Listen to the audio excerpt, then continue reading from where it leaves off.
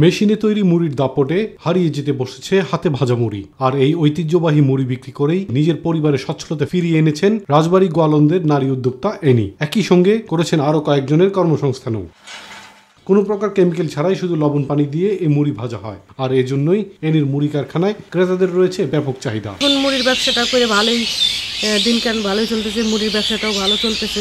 আমরা এখান থেকে মুড়ি কিনে খাই, অনেক সুস্বাদু। এই মুড়ি ভালোই বিক্রি হচ্ছে।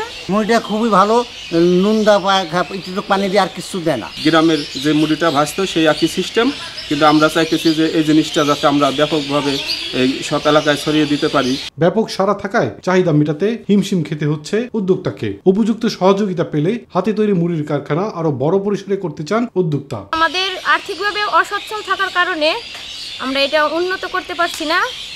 যদি আমরা কিছু সহায়তা পাই তাহলে আমাদের এই কার্যক্রমটা আরো একটু বাড়াতে পারি এবং সবার চাহিদা পূরণ করতে পারি।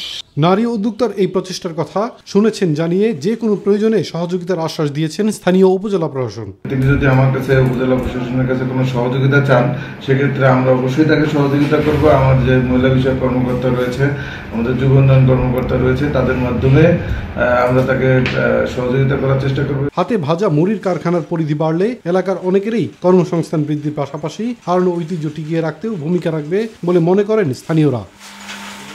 ইলিয়াস কমল, মাই টিভি।